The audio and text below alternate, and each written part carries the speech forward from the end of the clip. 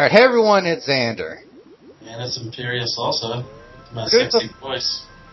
We're doing something a little bit different, as you can probably tell. I'll have video game footage of this or something up in the background. We're actually just doing a Skype call because we wanted to just talk about stuff. We're trying this vlog thing. Yeah, you know, if you'd actually invite me over when we play a game, we could actually have something recorded. That would be nice. Just saying. You know where I live. You're more than welcome to come over, and it would be a hell of a lot easier than me coming to your house every time and hauling all my recording and shit over there. Hey, since I got you and it's recording right now, might as well ask about the little comment you made in your first video on the Kirby thing. More commentary, You're huh? still upset. More commentary, huh? Oh, God.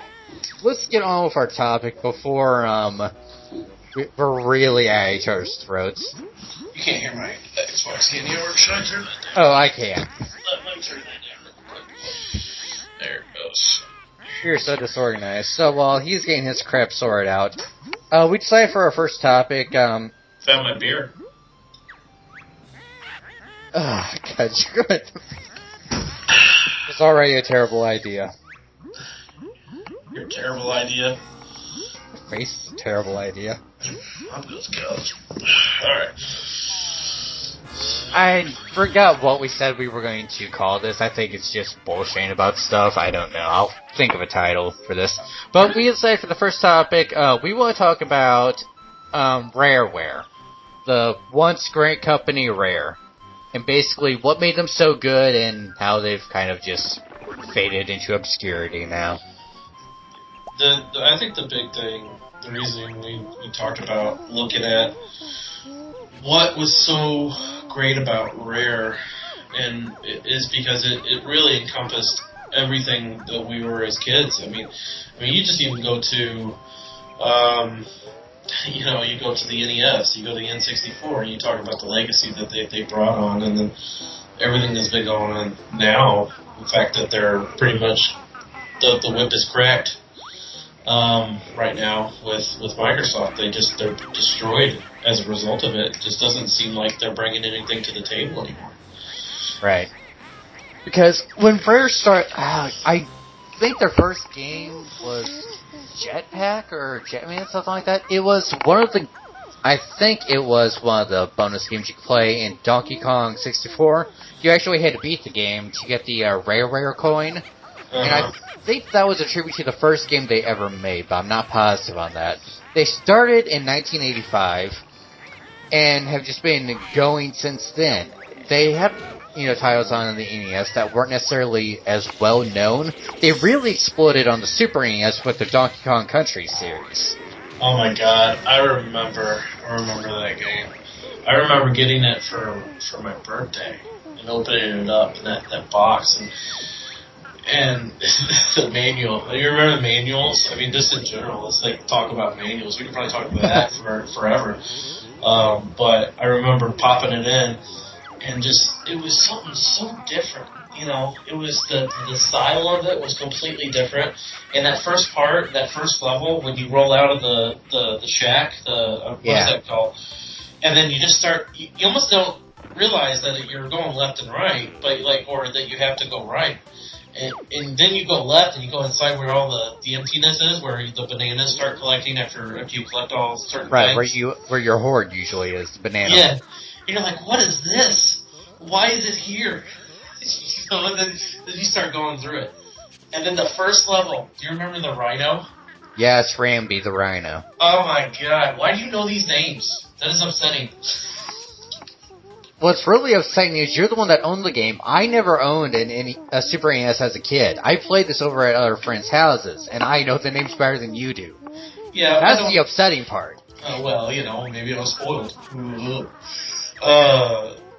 The strange thing about that is you own all the stupid things. Do you still have that Virtual Boy? Oh God! Do you still have that Virtual Boy? No, I don't. I got rid of that a long time ago. What? Here's the funny thing, though. The guy I was telling you about, Super Genius, earlier, he still has a Virtual Boy. Oh my God, those things are... I don't care if they're bad.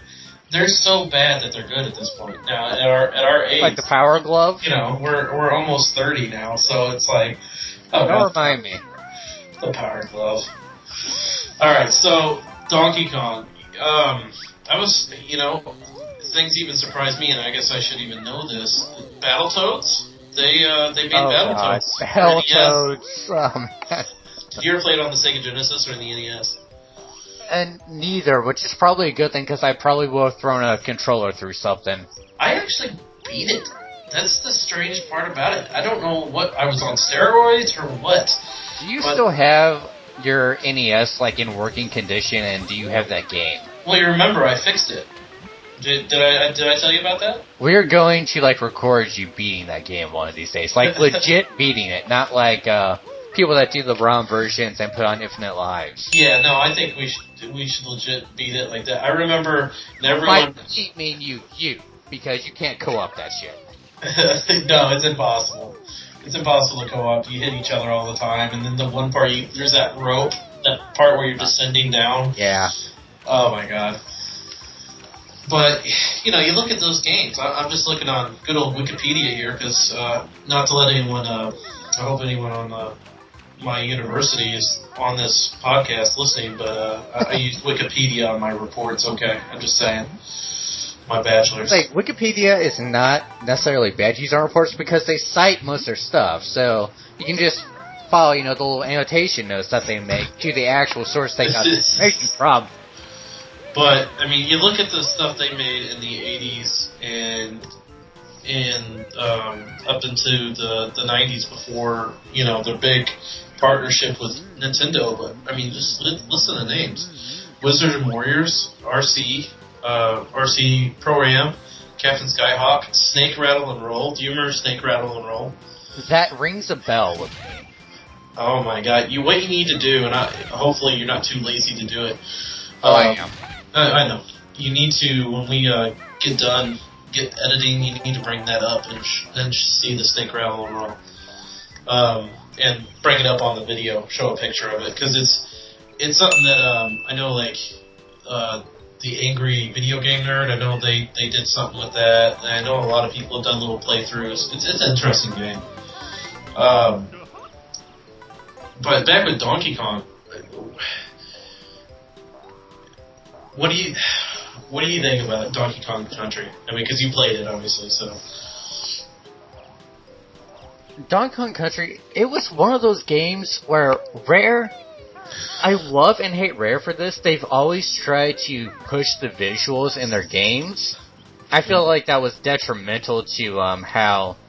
Some people disagree with me. I feel like that was detrimental towards Conquer Live and Reloaded and Banjo-Kazooie Nuts and Bolts. I feel like the characters look absolutely horrible there. But during the N64 period, they had this cartoony style down to an art form. And they really should have, I think, gone with cel shading. But before that, they were pushing their limits on the Super NES, making it look like they were operating on a higher bit setting than what they actually had. Yeah. And, Donkey Kong Country is considered a technical marvel for the system it was on.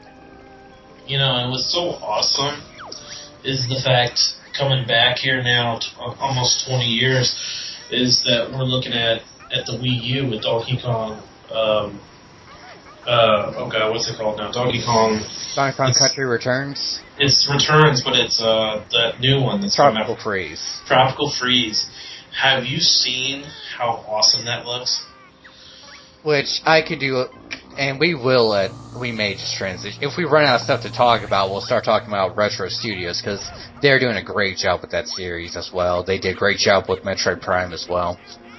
Yeah, but that's just think about it. That's where it started. Rare was the ones that established that look, established how that aesthetic was going to be, and the whole, oh my god, the music. Let's talk about Donkey Kong music. We could have a whole podcast about this game in general, but... The very first soundtrack you hear, Jungle Jamps, or Japes, I think.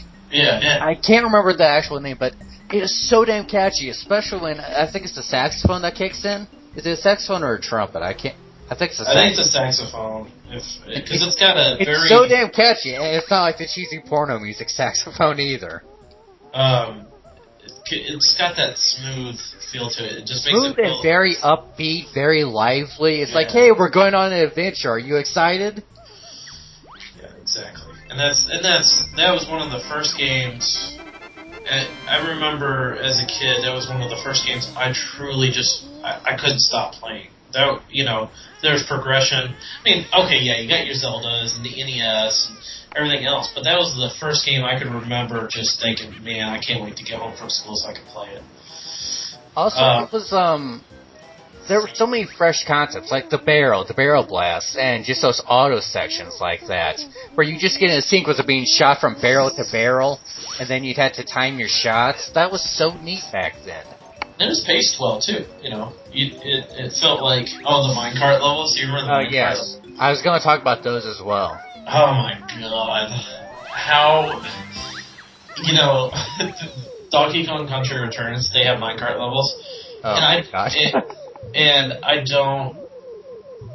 I remember being more frustrated with the original Donkey Kong Country on the Super NES. Those minecarts. You're probably more frustrated with it than I was, because I really don't remember the original. But oh man, do I remember losing so many lives on Donkey Kong Country Returns. Oh god. The only thing that I really hated from the original Donkey Kong Country was the water levels. I think everyone hated those. I mean, they were stupid. Water levels in general tend to suck. Yeah, water levels. The water temple. It's not rare, but if I ever talk about water levels, I think the water temple. Oh my god. The one really well done water section that comes to mind immediately, it's from Majora's Mask, when you get the Zora form. Because that is the one time, I can recall anyways, you have a character designed for water, and it goes so smoothly and so fast, and it's just amazing. I got a confession. I never played Majora's Mask. Uh-huh. Never played it. Still upset to this day about it that I never did it. I couldn't play it. It was, for some reason, it just didn't feel like the Zelda game that I played before that. It's probably because it's like 25% story, 75% side quests. Yeah, it's probably it. And I don't know, maybe it just didn't keep my attention. And it's probably because I was playing other games and everything else. I would go back to it and try it sometime. It's definitely worth trying, or at least watching someone play through. Because once you manage to get yourself immersed in it, once you start doing all those side quests, you start relating to these characters, and you see how they're all interconnected. And that's where the real charm of it is. Yeah. Oh god, Rare didn't they do Killer Instinct? I think they did, yeah. Am I going crazy? Probably going crazy. Oh, let me look this up. Killer. Yep. 1994. Yeah. Let's talk about, and I don't even like fighting games, mind you. I think it's a particular group of people I really like them. I can do the Mortal Kombat, and maybe Clay Fighters if you remember. I still remember Killer Instinct in the arcades. That's yes. how old I am. Yes, Killer Instinct in the arcades with the Ultra combos. And playing as the one girl that always dressed in like all yellow and turned into like a panther or whatever. Oh, like I know what you're talking. The one character that really sticks out in my mind is her. It's like the only character I remember from that game. See, I remember, like, I can turn into an animal. This is kind of cool. I remember the wolf, and I remember the guy that looks like Ryu from Street Fighter. So that's about all I can remember. Let's see. We also had the Donkey Kong Land games, great ports to the Game Boy, and looked just as pretty, just, all black and white at the time. See, I love my Game Boy, but I never played the Donkey Kong games on the Game Boy. Now, if you talk about Donkey Kong, and no, Rare didn't do the original NES Donkey Kong, mind you. Right. But the Donkey Kong Jr., oh, what a game. I mean, I still love that stuff to the day. Why games need to be like that? I mean, games are so good nowadays, and so realistic, and the graphics are great, and things are so fast-paced, but if you look at games like from Rare and the Super NES, I mean, that is just simplistic, yet so awesome at the same time. And it looks like they were already doing great and rising a lot during the Super NES years. They really exploded on the N64, though. so many of these games that I remember. Blast Corps, GoldenEye. They had a hand, but they had a hand in developing Star Fox. They, I think, developed the engine for that. The, like, flying mechanics or whatever. Yeah, they didn't make characters, but they had a hand in the engine. GoldenEye, if I didn't already say that. And of course, we can't talk about without mentioning Banjo-Kazooie and Banjo-Tooie. Great games. Can we not talk about Banjo-Kazooie? Still a little sore about that. God, you're just old and don't remember how to play. Yeah, old and don't You remember. need to bring out your inner kid again, because your inner kid could do that shit. Yeah, exactly. It's like playing Mario. You But play Mario, you contemplate it too much. If Mario 64 started what was the 3D platforming, Banjo-Kazooie and Banjo-Tooie perfected it. Yeah. They really nailed what it was to be a 3D platformer. Now, before we talk about Banjo-Kazooie and the N64 age, I mean, obviously we talk about Rare in general, but I do want to go into the idea that, like I said before at the beginning of this podcast, you associate, especially my age and Xander's age here, we associate our video game hobby, our thing, and with our generation, we were right after that Atari. The NES, Nintendo is really what we know. And so you have to associate the games that were developed, like the Battletoads, and, you know, the Donkey Kong Country. I mean, that is why we are still gamers today, and that's also why if you look at the average age now for gamers is, guess what, about 30 years old. Because we've grown up with the industry just as much as they've grown up. It really is something special to basically grow up with games and technology as both have so rapidly developed.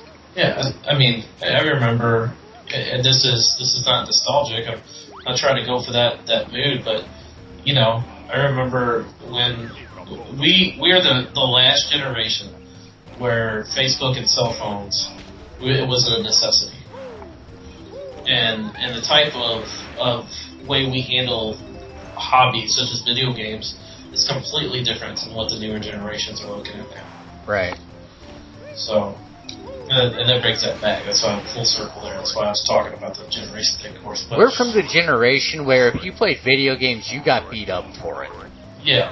Yeah, right, yeah, it definitely is more acceptable.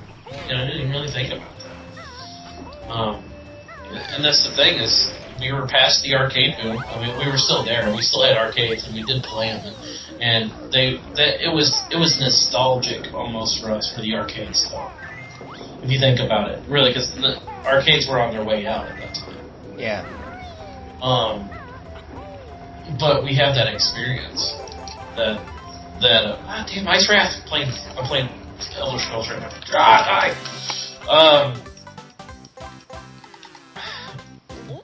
But I think what everyone thinks Rare, they think N64. And when I think Rare, I think my childhood in general. See, we're slightly different on that because my first, I started off, really old with, a ColecoVision, which my parents got who knows when. And after that, my first system, not my first console system, was the N64. If I played a Super NES, it was over at a friend's house somewhere. Nice. See, so that's why I don't have as fond memories of Rare on the Super NES. That's why I associate Rare with the N64 so much. And I think a lot of people do.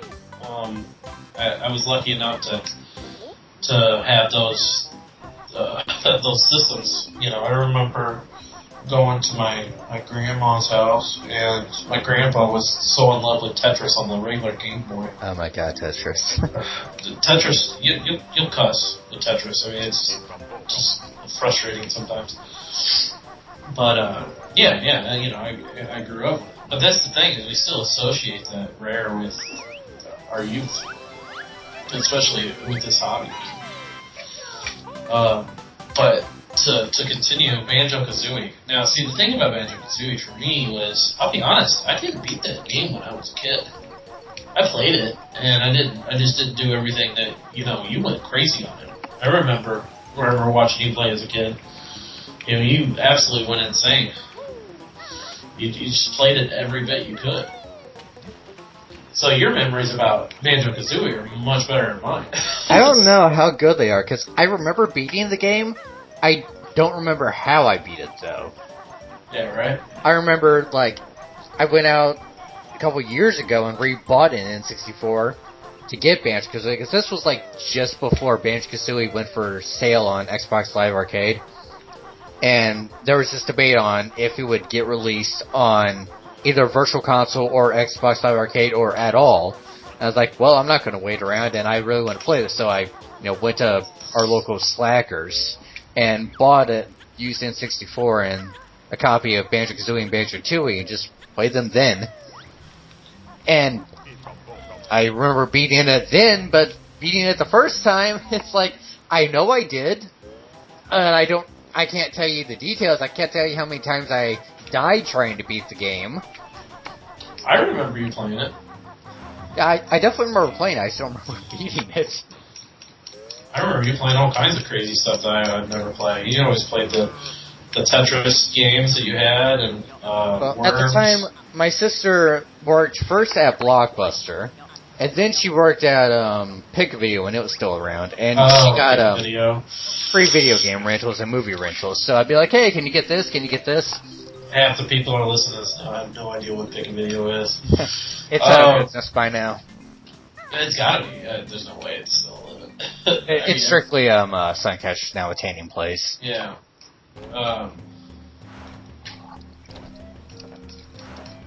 So, Banjo-Kazooie.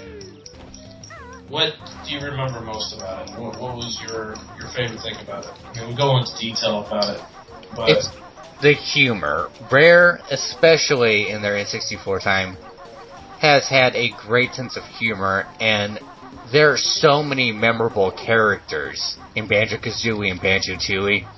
You remember Kazooie as being the snarky one, Banjo was the do-gooder, Grunty and her incessant rhyming in the first game, Mumbo Jumbo, this weird-ass shaman guy, and the little bastard backstabs you, too, and just flat-out wants to go on a date with Grunty if you get the game over screen. That was also a nice touch. They took the time to make specialized game over screens for both Kazooie and Tooie. In Kazooie, it was you failed to rescue your sister, she got turned ugly, Grunty got turned hot, and Mumbo wanted to get laid.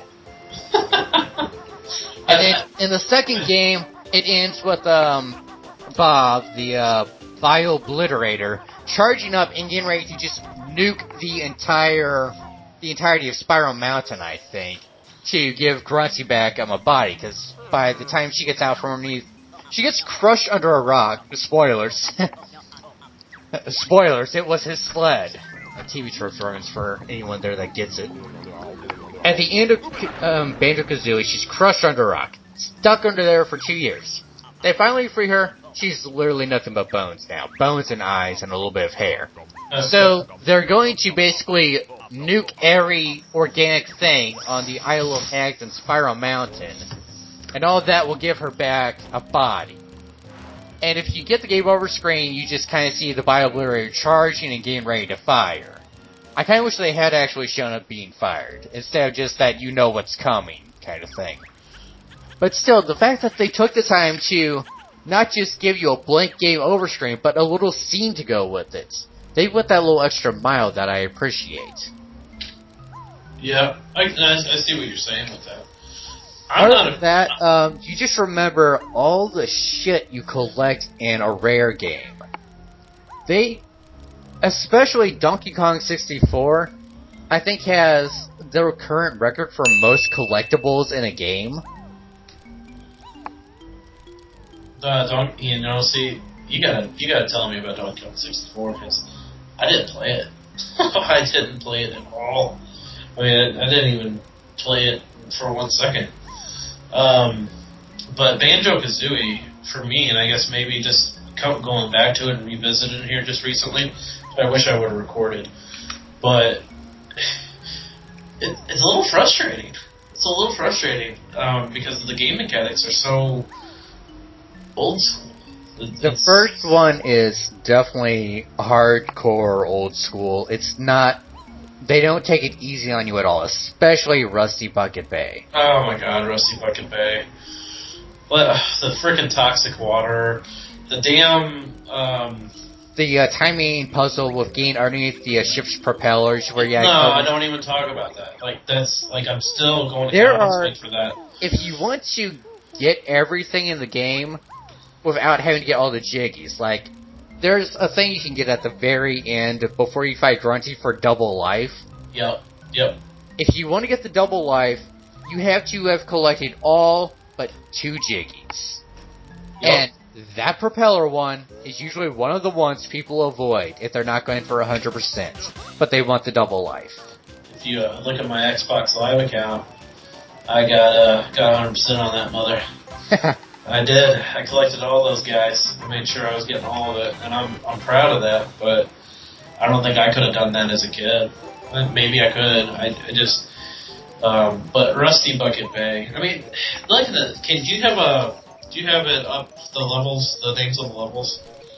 I just remember them. Oh, okay. You just remember them. That's great. Aren't you just so nice? I'm using that thing called my brain. You should try it sometime. I don't use it at all.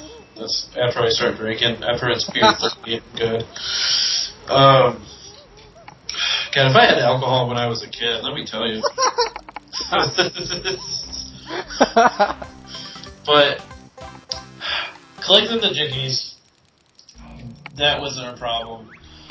Those damn little jumbo guys, or what are they called? Hold on. Jinjos. What is it? Jinjos. The little birds. Oh yeah, Jinjos. Whatever. They have that little name. Fuck them. They are in the most ridiculous spots. Yes, you heard me say the F word. They're in the most ridiculous spots ever. And it's just stupid things. But they're also, so cute and so happy. Here's the deal. That first level, and this is where Mumbo's I guess Mountain? Mumbo's Mountain, is it Mumbo's Mountain? Mumbo's Mountain. That first part where you go up the hills and you see those huts. Yeah, the huts. Remember me talking about the huts? Okay, so these huts are there, and I'm looking for this last jiggy. I'm looking for it, and it's also a Jinjo's in one of them, if I remember correctly. And I can't find it. I can't figure it out. I've been hitting. I hit it with he's got this paw attack. Been hitting it with like crazy, and I'm like, what is going on? And my fiance, she's like, why don't you just use your butt attack on the top? I said, no, they're permanent. They just put them there because it's supposed to look like it's the goblin town, right? A goblin shelter area. And lo and frickin' behold, guess what I had to do? I had to smash those things. And I've never been so angry with myself because I was putting ideas in my head that this is... Beak Bomb, that's what it's called. Huh? The actual attack's called Beak Bomb. I did have to look that one up. Yeah, damn Beak Bomb. Well, that Beak Bomb saved me because I was going insane. And, okay, can you kill that bull? No. Okay, no. What the hell is it for then? It's an obstacle. It's there to be annoying. It's annoying obstacle. And it's like the little beehive in the middle of it. It's like it's so tempting, and then you have that frickin' bull staring at you the entire time, like you come off this pedestal. What? But that's the thing about it. I'm talking about like 7 different things on one level. I mean, think about that. You know what I mean? I'm talking about a bull, a goblin, the fact that Mumbo's in there. There's a ape in that level. Oh yeah. I don't remember the ape's name. Klungo? No, it ain't Klungo. Actually, you're pretty close. If I remember correctly, it's like because he's got his little Conga. buddy. Yeah. Conga and Chimpy. And that was the first level. It's just like, oh my god. But the type of the Banjo-Kazooie, the type of the world, that hub-based world that like Super Mario 64 is based off of, you don't see that anymore, do you? No, you really don't, which is so sad, especially how it was done in Banjo-Tooie was like, to me, the perfect way to do a hub world. Where the way it would work is you would go into a new world, and they changed what notes were for. They were used as a currency to get your new moves. Yeah, I remember. And you would use your new moves to advance further up the hub world. You did that a little bit in the first game, but it was mostly note doors that blocked your path. In the second game, it's strictly you have to get new moves to progress. And I thought that was the coolest way of doing things. You went into the worlds to get new moves to go further up the level. Or further up the Isle of Hags to get to Grunty and the Drill Digger. I can't remember what that thing's technically called. Grunty's such a bitch. She is.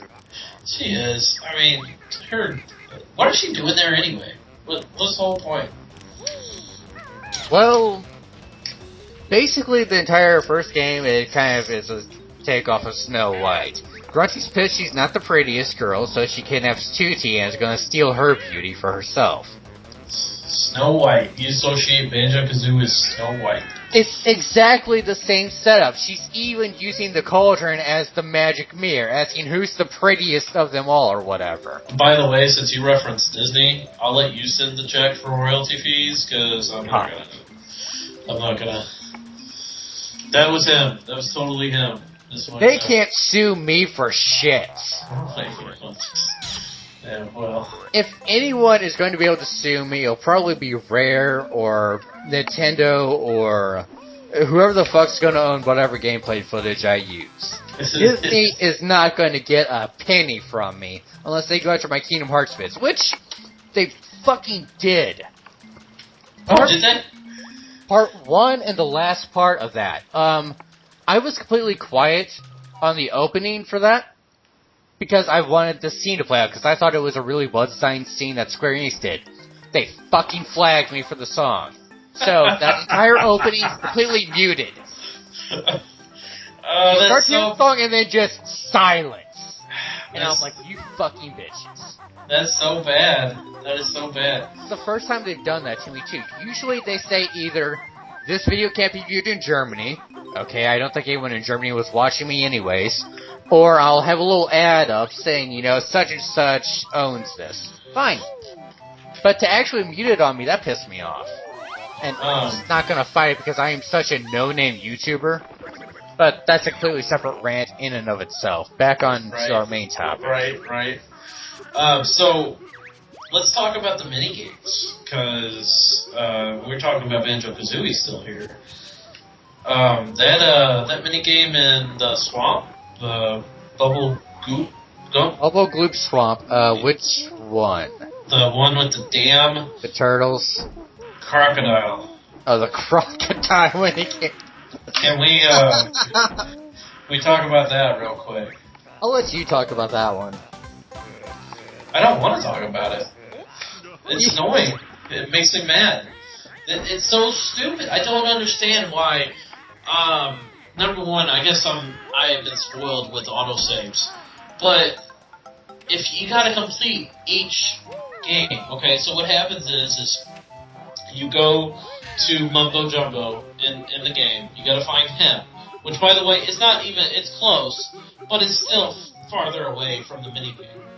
And if you want to collect all the jickeys, right, you gotta get the minigame done, correct? I mean, you wouldn't want to leave one behind, especially for no jiggy left behind. Especially for achievements now. But I played it on the 360. Sorry, should mention that. He did originally play it on the N64 before someone gets pissed off at him. Yeah. But I could care less if someone gets pissed off at me. Are you kidding me? So you go and you become a crocodile. I'm assuming it's a croc, right? Yes. It's not an alligator. What's the difference between a crocodile and an alligator? I think one has to do with how their teeth are showing. The other is how long their snout is. Okay. Anyway, So you go inside this I big. can look it up and confirm what you change into. Hold on. Alright. But keep talking. Okay. So you become this crocodile or alligator thing. You're this one of the small guys. You gotta go inside the nose of another crocodile, a big crocodile. Which, by the way, blows my mind because inside there's absolutely nothing. There's holes. So where are you at inside that crocodile? Had that ever been established? You're inside the main head. It's a structure. It's a building. It's not a structure. That thing is living. Really? Because it never blinks at me. It never moves. The turtle is alive. That's the weird one. It's playing a staring game is what it's doing. Because that thing is alive. Who would make that structure there anyway? Who would do that? Who has the construction ability in Banjo-Kazooie to actually make an alligator? Paint it. You do realize you're questioning a game where you play as a bear and a bird that work together, right? Well, I mean, you're the one that raised the question about that not being alive. I'm just trying to raise the question about who actually contracted that out. Okay? Probably Grunty. Grunty contracted that out for an alligator. But you know what I need to swap? A fucking alligator. Yeah, with the most annoying minigame possible. Yeah. So let's put this little minigame Gotta in. admit, with you it was almost the master plan to kill you. Yeah, I almost stopped playing that game as a result of that, too. I actually had to... And it is a crocodile, by the way. It is a crocodile, I thought it was. So you become this crocodile, you go into this structure, or for me, I thought it was actually a real crocodile. And you go into this crocodile, and you got this red guy, this red crocodile. Mr. Vile. Mr. Vile. He's there and he wants to play a game with you. Basically, if you can eat more... What were those things? Hold on. Gumblies or something? Gumblies, or is it apples or snakes? It was snakes. It was snakes. Which, by the way, what is a gumbly? Yumbies and or Gumblies is what they are. The Yumblies were red, the Gumblies were yellow. I thought that was a snake. I thought the Gumblies were snakes. Oh, I think they're worms or something. Worms. Oh, okay, that would make a little bit more sense. I don't know. They're a made-up race. So I just used to associate them with, like, worms. That's what they look like to me anyways. So the first minigame, right? You gotta get those little red fuckers. Right? And then the second game, you gotta do that. You gotta do the other ones, the yellow ones. Right? And then the third game, you gotta do... Switch it up on you. It switches up. It tells you which one you gotta do. Here's the issue. Man, they're not forgiving. That Mr. Wild, he's not there to help you along and give you a jiggy and call it a day. No. He's a goddamn professional at that minigame. He has been devoted his entire life to make sure that you lose that minigame. And I lost many times. And let's talk about the autosave, because I talked about that earlier. It doesn't autosave that goddamn game. No, if you gotta beat it, 1, 2, and 3, you try to get out of there before, because what happens is you lose the game, he tries to take a bite at you. Well, you don't want to lose your hearts, and God knows I died more than once. Okay. He'll take a bite at you, so you'll lose your health. Well, if you run out of it resets the entire game. So Rare knew what I was going to do before I even did it. And they punished me for it. Punished me. You make it sound like there's a conspiracy against you. No, I'm making it say that game, that was, someone seriously was tapping their fingers together, thinking they had devised the most ridiculous minigame possible. Now, I'm not talking about, like, hard stuff, okay? Dark Souls, Demon Souls, those are hard games. Actually, I want to stop you right there. If we want to talk about a hard Nintendo game on the N64, Conker's Bad Fur Day. Oh. Did you ever play that one? No, I didn't, and I regret it. I that will whoop your ass and get you so pissed off. I know how good of a game it was. It's, and I know that Rare really showed up when it came to humor, and they really showed up how mature they could be, too, at the same time with it. But is there a minigame that you liked of Banjo-Kazooie that just stood out to you? Do you remember any of them? I mean, there's a ton of them. You got to go inside like the pyramid. I really like.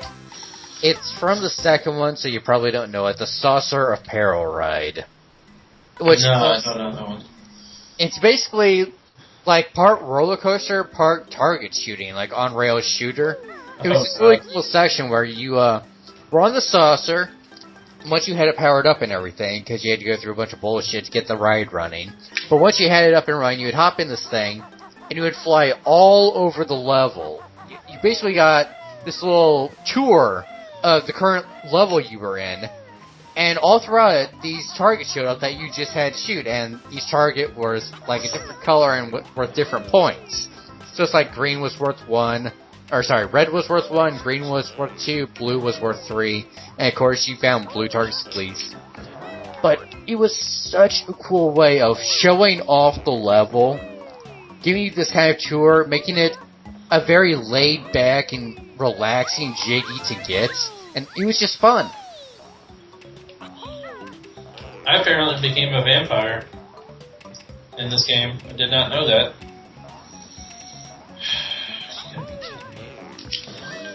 I still gotta play Banjo-Tooie, and I think it's not like Banjo-Kazooie left a bad taste in my mouth when I completed it, but it's just like, it was more tiring than most newer games. You're burnt out is what it is. Yeah. So, and I think that's from just, being older and having to deal with work and everything else. I wouldn't say it's a chore to play a game, because it's still a game. You're still dealing with it. But damn, that game still challenged me. The damn memory game, the Turtles. We talk about the Turtles. Oh, yeah. I don't. Damn memory. I did beat it on the first try though, so that I was happy with. But like, why? And then on top of everything, they put you on a time limit, and you gotta smash. You gotta do that bird beat damn thing. You gotta smash it down on the Turtles, and they give you a time limit. So the whole time, if you screw up, and God knows, with the Xbox 360 controller, it was easier for me. But with the N64 controller and the how great the controls were with that, if you messed up, you just gotta be crying the entire time.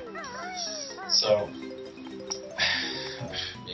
Conker's bad for a day though, and I wonder if they have it as a downloadable title somewhere.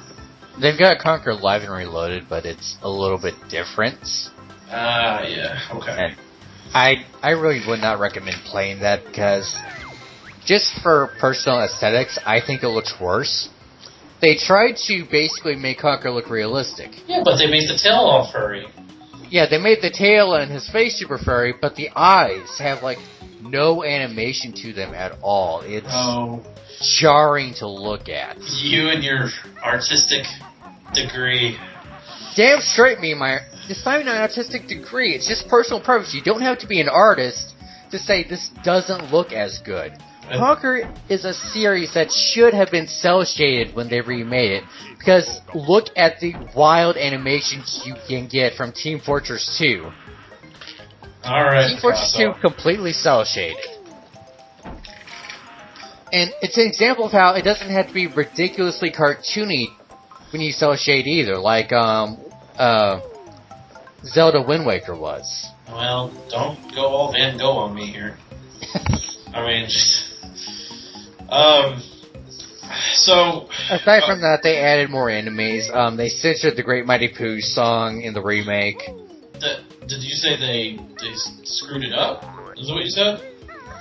They added more enemies. They censored the song. So they censored? Yeah. Every time he says shit, it's censored. How do you censor a game from the N64 era to the 360 era? They did. How is that even possible? That, like...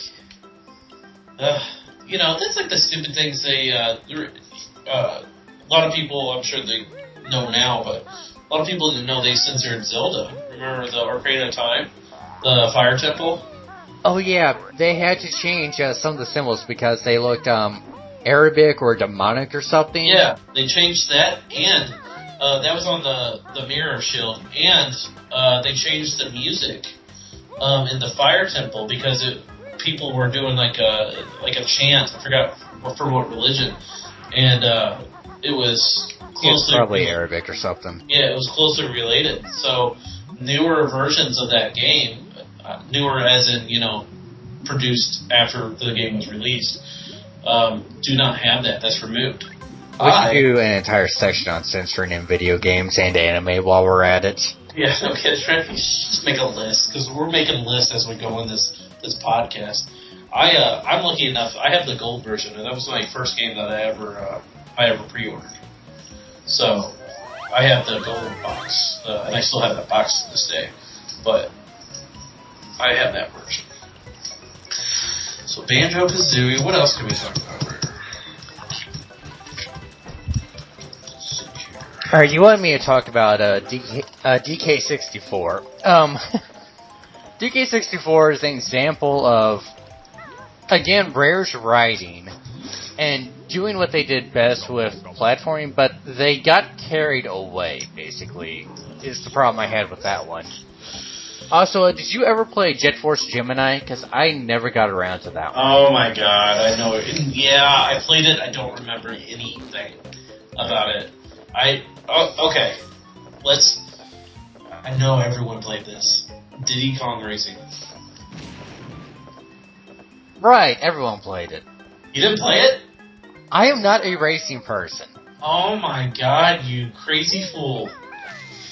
That was like a souped up version of Mario Kart. I remember when that came out. Because not only could you... and it was in a hub world, too. It was a classic hub world. And that, I think, was the first actual appearance of Banjo, too, I think. Oh, yeah, I think you're right about that. Let me... 97. Diddy Kong Racing is a 97 game. When did Banjo-Kazooie come out? 98? Conker's in it, apparently. Let's see, Banjo-Kazooie, 98. 98, yeah. There's Banjo. I'm looking at the character select screen right now. The Crocodile. There's Conker. There's a guy with time. I don't know who that is. You know about the interesting changes they made when they did Conker's Bad Fur Day, right? Like how it changed from their early build. Yeah, it used to be a kid game. It used to be like super kid friendly. Yeah, and I think after doing Banjo-Kazooie, Banjo-Tooie, they were sick of being like super kid friendly, and Conker was getting like nauseatingly sweet. And they're like, no, we're not doing this. We're going to change this up. We want something raunchy. Well, and I bet they thought people were going to relate that to it, and it was going to be compared to Banjo-Kazooie the whole time. It wasn't just going to be Conker. Because really, if you think about it, when you talk about Conker, do you think about Banjo-Kazooie? Honestly. No. Exactly. And that's the thing. What would happen if it would have been a kid-friendly game? What was the first thing you would think about? Right. It's a ripoff. That's exactly what they thought, I'm sure. I mean, I'm not a representative from Rare, so, but, I gotta stop walking around in the sun. I'm a vampire. Stop it. But, Diddy Kong Racing, you used that hub world, though. It was, like I said, it was like Mario Kart on steroids. You had to, gain levels and stuff going through the different types of races. But what was so unique about it was that there was different types of vehicles that you had to use. You had the flying thing, and then you had the cart and the thing, and then I think you had a boat too, if I remember correctly, or like underwater or something. Yeah, boat. Yeah, I'm looking at it right now. I mean, there's Rare again, doing something that Rare knew how to innovate. They knew how to take something and take it that step further to make it really great, and basically make it so when you think of a concept, you associate Rare with it. Exactly. They were great at that.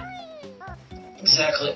And every game, and every game that comes out, there's always a precedent set for a template that was set before it. And really, we're living now in a time where there isn't a lot of ingenuity coming.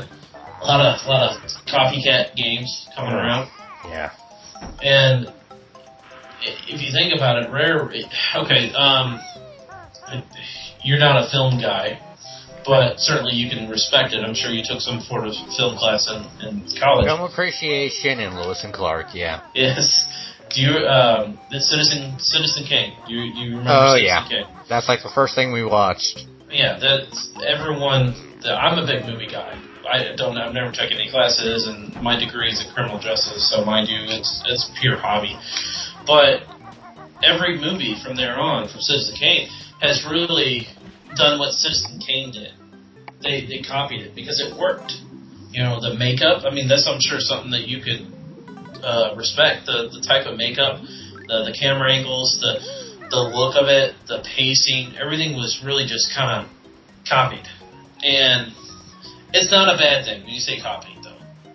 I mean, we wouldn't have the games we have today if things weren't copied or rejuvenated, refreshed. You know, Mario did the hub thing before Banjo-Kazooie did it. You know, who's to say that the hub thing was taken from Mario? Who did the hub thing before that? I mean, you think about it, there were other games that had hubs. Super NES had plenty of games like that. Mario. It also depends on how you define a hub. Like a hub could be as simple as the level selection screen from Mario Bros. 3. Exactly. You know, and that's the thing is those type of things keep on being refreshed. They keep on being advanced through, but you don't see that really anymore now. You know, and that's what made Rare so special. Is they were just doing things no one did. You know, and that's quite like that sounds so bad that I can't remember their name. The people that make the Uncharted series. And they just made The Last of Us. Naughty Dog. Was it not? Yeah, it was Naughty Dog. The Last of Us, they're calling that one of the greatest games ever made. And I'll be honest, I haven't played it, so my verdict's out on that. I'm kind of sick of zombies. Yeah, well, you know, what makes it so good, that game, and what Naughty Dog has established is they've really taken that modern formula and they've made it their own. You know, a cinematic telling, the fact it's interactive at the same time. But I'm saying that's kind of related to Rare, because without Rare, there wouldn't be Naughty Dog, and the industry would not be where it's at. Because, you know, Rare was one of those staples that helped the industry grow. I mean, sure as hell, I wouldn't be asking for Diddy Kong Racing as a kid at Christmas. You know? Right.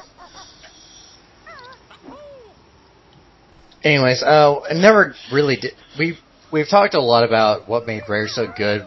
I think we need to start talking about kind of the fall as well of Rare. And a lot of people would say that it started with Star Fox Adventures. That's pretty much when it was in full swing, their decline. But I think it would actually start with Donkey Kong 64, actually. It's still a good game, but it went too far with the collecting. And some of the stuff. Like, okay, you've got... let's see. Before, in Donkey Kong Country games, it was get to the end of the level, get the Kong letters, I think, for extra lives. You grab no, I think the Kong letters are for a checkpoint or something, I don't remember. You got the bananas for extra lives, you did the mini games, but there wasn't really a whole lot of actual collecting going on. Now, you go to Donkey Kong 64. We've moved into third-person platforming. And collecting is associated with platforming in third person. In full 3D. So, now we've got golden bananas that we're getting. We've got normal bananas that we have to collect. You have ammo for your gun, because they gave you a gun. You have to charge up your your instruments, because you got a musical instrument now. And there's headphones that you use to charge that. There's blueprint pieces that are associated with the golden banana.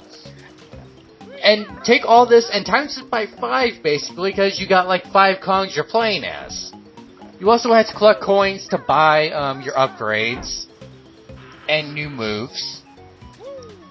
There's the goddamn banana fairies and the banana fairy film stuff. They even threw in 2 coins you have to collect to beat the game. And this is where I admit I never beat Donkey Kong 64. Why? Because one of the coins that you have to get requires you to beat the original Donkey Kong game, not once, but twice. I couldn't even beat that fucking arcade game once, let alone a second time, and the second time is harder. Level 3, 75 meters, kills me every time. I think you're not too off thinking about, that they were starting to get stale. I don't know if they declined then, though. I mean, I know a lot of people were very critical about all the crap you had to collect, and for a lot of people, having to go that extra length with the original arcade game, basically making... At this point, there were gamers that had never even seen the original Donkey Kong arcade game, and they were being forced to play it if they wanted to beat the game. And then after that is where we had Star Fox Adventures. This is where Rare and Nintendo had a falling out, basically. The original game was going to be Dinosaur Planet. It was going to feature two Fox characters, Crystal and Saber. And you would alternate between playing as the two characters, go around and do stuff. And at some point, I forget who decided on it, but they said, well, this Saber character kind of looks like Fox. Let's change this into a Star Fox game. And Rare basically did under protest, and a lot of things got butchered and bastardized. They recycled the Andross fight. That was basically your boss fight. It was a repeat of Star Fox 64 to end the game. Crystal was reduced completely to damsel in distress, aside from playing as her for the tutorial level, basically. You're cheated out of a final boss fight with General Scales, this guy that you keep running into throughout the entire game, and you don't even get to take him down. The very ending itself, where the Sharpclaw tribe that you're constantly running into, suddenly they're on your side after you take down Andross? Okay, that makes no sense. And that was really the last major thing that Rare did for Nintendo. After that, they got bought by Microsoft. They released Cameo Elements of Darkness or something. I forget what that title is. Cameo. Let's just call it Cameo, because Elements of Power. That's it. Which that was originally, they showed footage of that being developed for the GameCube. So that got transferred over. Perfect Dark Zero, I'm pretty sure, was in the works for the GameCube. That got transferred over to the 360. Oh god, Perfect Dark Zero. That's such a bad game. They also made Viva Pinata, which apparently did okay. Yeah, there is... You gotta sift through the crap. And there's a lot of crap to sift through. But the best thing they've done in the past... people are attacking me. Oh, it's probably because I'm a vampire.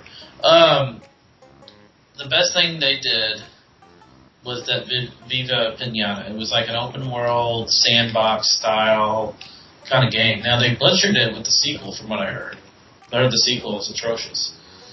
But Cameo was really, to me, that's the sign of the fall of Rare in general. There's other stuff that obviously goes into effect, but that was the start. Because Cameo was a game, yeah, you're right, it was developed prior to that. And then they just transferred it over because they were owned by Microsoft at that point. And things sometimes do not transfer well when you transfer from one system to another. Usually that's a sign of a bad issue, bad problem. They basically got Rare because they wanted something that would be a little bit kid-friendly for the 360. Yeah. But then look at what they've made. And here's the thing, I'm looking at a list of games, basically on the Xbox and 360. They have 11 total listed titles between the Xbox and the Xbox 360, and some of them are just sequels, or just Viva Pinata, Trouble in Paradise, Viva Pinata, Pocket Parrot. Well, that was on the DS. Never mind. Connect Sports Season 2, Connect Sports Rivals. Oh my god. And that one, it's not even out yet. That's coming to the Xbox One. I didn't even know they did Connect Sports. Yeah, they did. That's upsetting. And then And then there's, of course, Banjo-Kazooie Nuts and Bolts, which, here's the thing, if it had been anything else, it probably would have done okay as a game. It was an interesting concept. Wrong franchise to use for it. Yes, I agree. It's like, here's what happened. You know, Rare hadn't come out with a great game. And I'm sure the maniacal people at Microsoft, because I still love my Xbox, by the way, there's no disregard to that.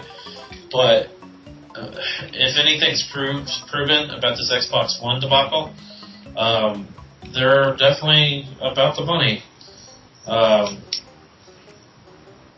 And they lost my train of thought here. They had to have just been saying to themselves, you know what? We're going to make some money because we're going to put Banjo-Kazooie in this. I mean, it had to be. There's no way. I don't know the full history, so I don't know how much of it was Microsoft telling Rare, hey, make a Banjo-Kazooie game, and how much of it was Rare saying we want to try something new. Yeah, well, how much do you think they'll actually, admit that was what they wanted? Right. You know what I mean? They're like, oh, no, we wanted to make this since day one. Maybe with different franchise characters. Why are people attacking me? I don't want to be attacked. So don't play the game while we're doing this. It's because I probably look like a vampire, because I am a vampire at this point. But Cameo was really, for me, that was it. And then to find out that Microsoft was using Rare to develop avatars. Yes. And, I mean, it's like... When I heard that announcement, it's like, okay, first off, so I love how basically both Sony and Microsoft took shots at the Wii, and then the Wii turned out to, at the very least, sell a lot of units, even if it didn't have the best games to utilize the hardware. It sold a lot of units, and they're like, well, we gotta do what they're doing. So, you know those Miis that they have? Well, we got them too. They're called avatars. And we got Rare making them. And it's like, really? One of the formerly greatest game developing companies, and you're having them make pretty characters. Nope. Yeah, and that's why things do change like that, you know. Not to say that Naughty Dog, we've talked about Naughty Dog before, but Naughty Dog has been around for a while too. Naughty Dog and Insomniac Studios they've both been around since at least the PlayStation 1. Yeah, but they didn't innovate. You know, Rare had a history of this innovation, and you thought, oh my god, especially as a 20-something-year-old getting the Xbox 360, you thought, this is, they own Rare now, this is going to be great. This is exactly what I want. I want an updated version of Banjo-Kazooie and an updated version of Perfect Dark. And what did I get? Well, guess what? You got it. I got Perfect Dark Zero. And let's talk about, did you ever play Perfect Dark Zero? Probably not, because you haven't had a 360 for long. I have the collector's edition. I still have it. I also don't believe in trading in games, by the way, so that's a big FU to the retailer there that will not be named, so it makes me mad. It's not even cel shaded. It's just everything is shiny. And that's how the games were developed early on in the 360. You had to make everything shiny so it looked like it was new generation, next generation. And it's so annoying. I remember VGCast making a joke about that one. It's like, I think they used Leo, I think is the male cat's name. They put him in, I think, Zelda Twilight Princess. And it's like, okay, so now we're going to make everything like brown muddy, because that's realistic. And now we're going to have glow. More glow, and his head eventually explodes because it's too glowy. Yeah, everything was shiny, and if you looked at the sun or there was a reflection, oh my god, you were blinded. And it was not a great game. The gun mechanics were just old and just not up to date, and it was boring. It was, and I guess that's depressing. Just even depressing to talk about. it went that far to that point, and you miss it. You miss those kinds of the developers, and it defines your childhood, just like we talked before about. It's like watching what Nintendo's been doing, because Nintendo used to be the go-to for innovation. They still kind of are, but they're trying too hard now, and they're not including the stuff they need to. Like, they still don't really like online support, like the whole friend codes thing, instead of doing an easier system like Sony and Microsoft have. Yeah, and you know what? You don't have a Wii U, and we're getting off the whole Rare here, but we've said everything we can about Rare at this point. You don't have a Wii U. Well, we talked about GoldenEye, because GoldenEye. GoldenEye and Perfect Dark are what two games that I feel helped really define the shooter genre.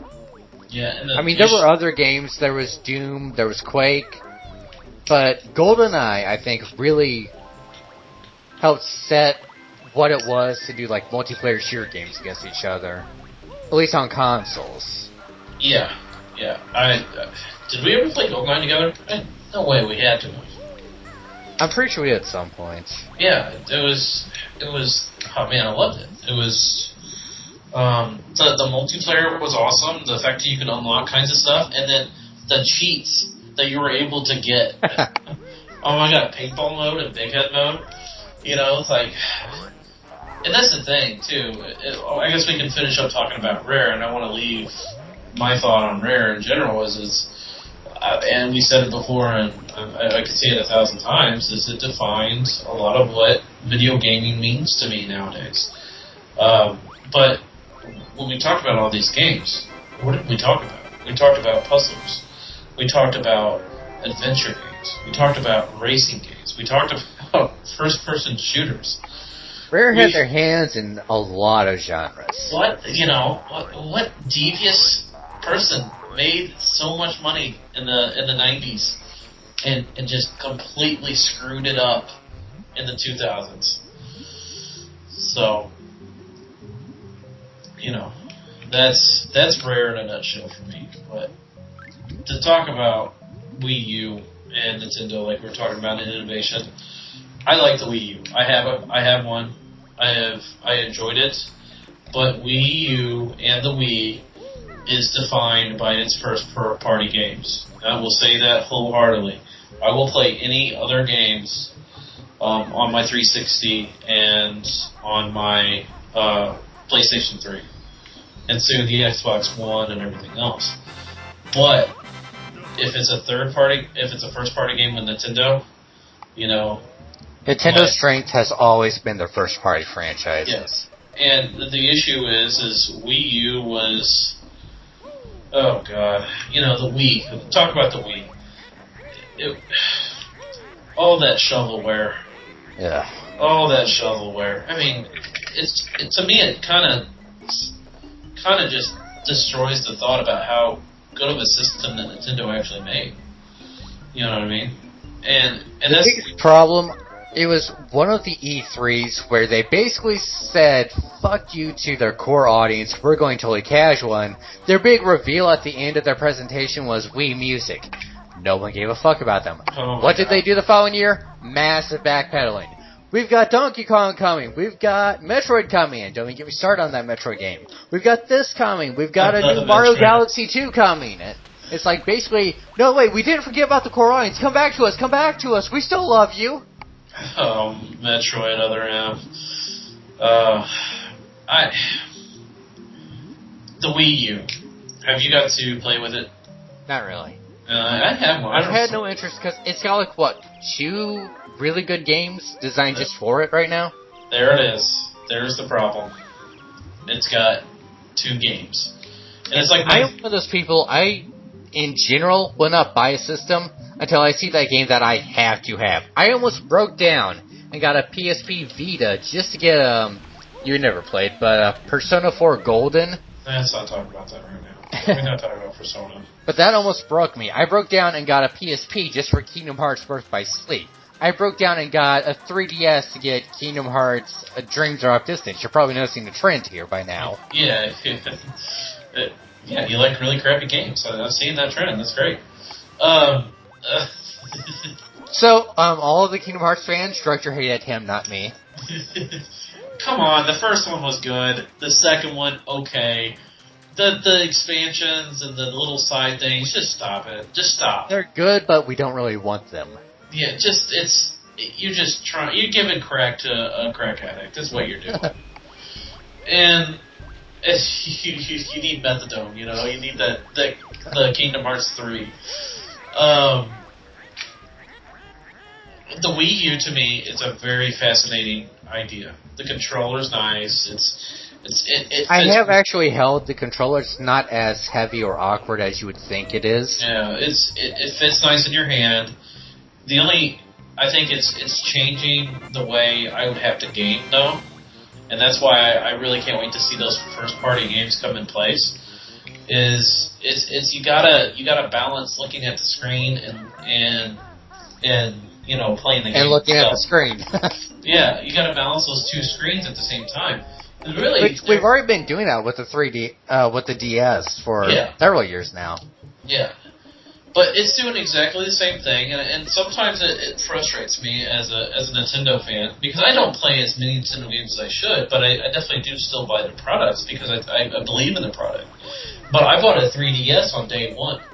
I was a day one purchase. How mad was I? You know, there was nothing available for it. I remember debating whether or not I was going to buy Street Fighter or Battleships. What was it? It was I had to wait 3 months, 4 months before I could get the Ocarina of Time remake that they made for the 3DS. And that's just it. It's a remake. It's a game you've already played. You just want to have anything for it. Yeah, but that said, now look at the games that are coming out for it. You got Luigi's Mansion. You got, Mario and Luigi Dream Team. I'm looking forward to getting that one. Yep, that just came out. I've heard the problem with that is it goes back to the old formula of Bowser kidnaps Peach, which is a crying shame. Oh my God. And Paper Mario Sticker Star both have kind of dropped the ball on the plots. I see. Super Mario Brothers. What? Oh my God, it's gonna kill me. I have the game and I freaking love it. Super Mario 3D World. I think that's what it's called. Let me double check. Do you have a 3DS? Yes. Did you miss the part of how I said I bought a 3DS to get Kingdom Hearts 3D Dream Drop Distance? I wasn't listening. No one listens, honestly, to you. They're just listening for me. Well, aren't we egotistical? Super Mario 3D Land, yeah, that's what it's called. Have you played that? No, I haven't. I need to. You need to borrow it from me, so I have it. It's a fantastic game. It's one of my favorite Marios for the longest time. Because let's be honest, Mario's gotten repetitive. New Super Mario Brothers U, New Super Mario Brothers, and New Super Mario Brothers 2. Come on, you really think those are fun games? I mean, they're fun to play, but are they? I think they're only really fun with other people. Yeah. It's not the same. It's not the same as Super Mario Brothers 3. And I tell you right now, anyone listening that hasn't played New Super Mario Brothers 3, and you're thinking, oh my God, these little farts, you haven't played a game. You haven't played Mario until you play that game. It's simple as that. There's something to be said about knowing the roots that gaming comes from and seeing how things have advanced and, for understanding where we're coming from. Play these games. You may not get the same perspective as we have, but you might understand it a little bit better. Yeah, I agree. Completely agree. But the issue is Wii U, they talked about the advancement with the online. It hasn't really been that good of an advancement with the online. I mean, they're doing some stuff, but the whole environment, the Wii U, with the little hubs and stuff. The fact that it's region locked. Yeah, it's not that fascinating to me. It really isn't. fox. Kill that fox. Sorry. If anyone listening and they haven't been, if they fast forward this, I'm playing Elder Scrolls right now at the same time.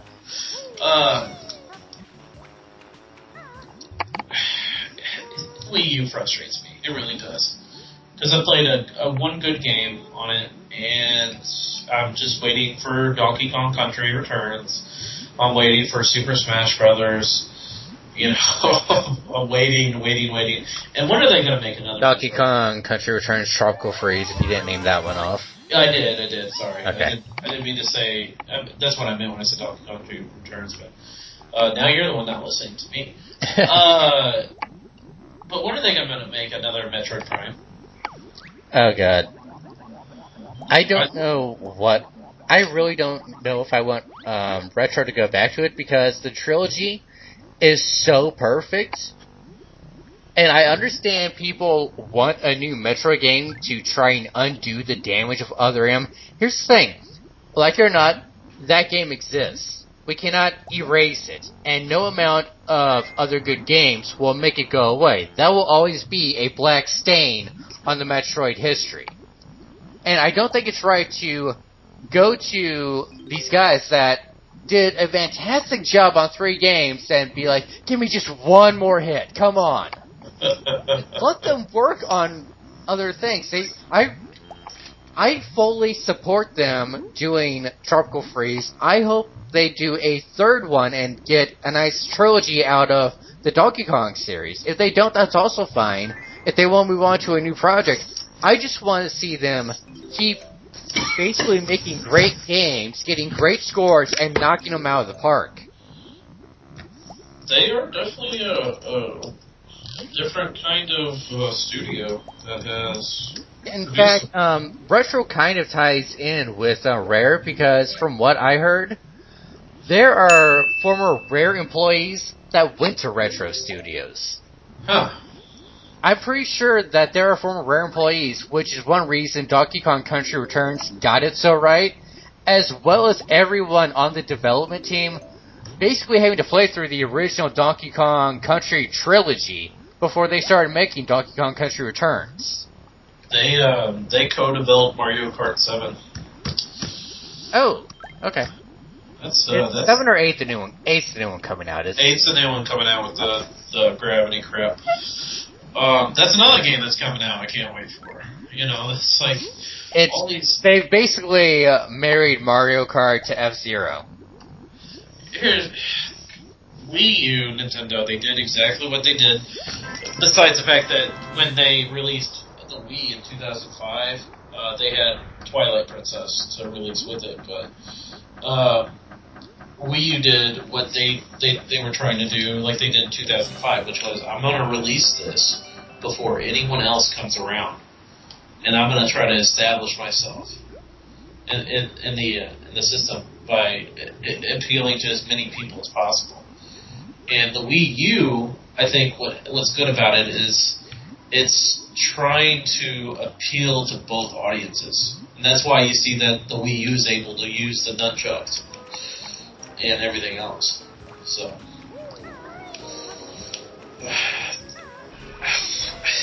Anyways, I think we should probably wrap this up. We've been talking for well over an hour by now. Wow. Really? That long? Yeah. Jesus. Well, I mean, how do you want to wrap this up? I guess closing thoughts on Retro, since that is what the topic was originally about. On Retro or Rare? Which one are you talking about? Sorry. Someone's got Retro on the mind. Hold on, just a second. Can you give me just like a few minutes to clean this home? Alright, sorry about that. Closing thoughts on Rare. They are what we associate a lot of gaming with. We owe a lot of our advancements to them. We owe how we view games in several ways to them. It would not be fair to not give them their rightful stake of claim to helping develop gaming into what it is, for better or worse. It's just a crying shame that the Retro we grew up with is dead. Either, like we said, the team members have gone to other studios like Retro, or they just found other jobs. But Rare, as we know it, is dead. Yeah, I don't think we'll see the type of games that we saw from Rare, or probably ever. I mean, people have moved on. They've gone, and the games that are continuing that legacy, like Retro Studios is with Donkey Kong Country, has that feeling of what Rare developed, and it's always going to be there. But I think a lot of people, especially the newer gamers and the people that really didn't play those systems, they need to know where that stuff came from and how important it is to know how great of a company that they were. I mowed lawns to get games that they developed as a kid. I mowed lawns. I can relate to that, yeah. Yeah, you try to get as much money as possible so that you could get these games, and that's how big of a thing Rare was. It was just not just one game that they were coming out. It was like 5 or 6, and they were all really good. So, I think even though Rare is dead, as we talked about with Retro Studios, there's definitely companies still, Insomniac and Naughty Dog as well. We still have the current generation of gamers, the next generation. They have their own type of Rare developers that they can look forward to producing games, and who knows how long they'll be around. But that's been my thoughts. I've been Xander. Am I supposed to say my name right now? Is that what you want me to do? Yes. Maybe I don't want to end the call. Maybe I don't want to end this podcast. Okay, here's the thing. My internet is technically locked up, so I kind of have to reset it, which means the call has to be ended. What? Why? Because Charter or my network hates me. We've been over this. Why? I want to talk more about the Wii U. Maybe it'll be... We've been talking for over an hour. So what are you trying to say? You don't want to talk to me anymore? Not today, no. Not for this call. No one on YouTube wants to keep listening. They probably want to listen to me yell at you, but that's not really what we're doing here. No one wants to listen to you yell at me. No one wants to do that. So that's it for our first vlog. Whether or not he says goodbye, here's your chance. Alright, so as usual, I don't know if this is going to be on YouTube or how he's going to do, but make sure you like. It will. Did you say that it will? It will be on YouTube. It says so condescending. You'll be like, it will. It will be on YouTube. You want me to finish this, don't you? Yes. Okay, so like it. Please subscribe. Tell your friends. I really actually enjoyed doing this first podcast. I thought it was very good, actually, believe it or not. So I want to keep on doing it, and if people are actually listening, it'd be nice to hear something. And if you do like this, give us input on what other topics you would like us to talk about, please. I can talk about alcohol. I mean, I like beer. We can talk about anything on my channel. It doesn't have to be gaming related. Yeah, we can talk about, I don't know, sports, NFL. I like NFL. You don't like football, do you? Not really. You upset me. I do want to have a discussion with you about the cons. I know you did a recent, and I'm sure you'll put the blip up right now. You did your thoughts on the Natsucon, yes. Natsucon, and what was going on there, and I'm pretty sure you were upset with the employee of Natsucon. Is that correct? There were a few things about Natsucon that upset me, yes. It sounds like the nerdy nerd guy getting all upheaval about his sweet anime con. Can we end this now? How do we end this? We can't stop ending it. See, we can't stop talking. We will see you guys later, okay? Alright.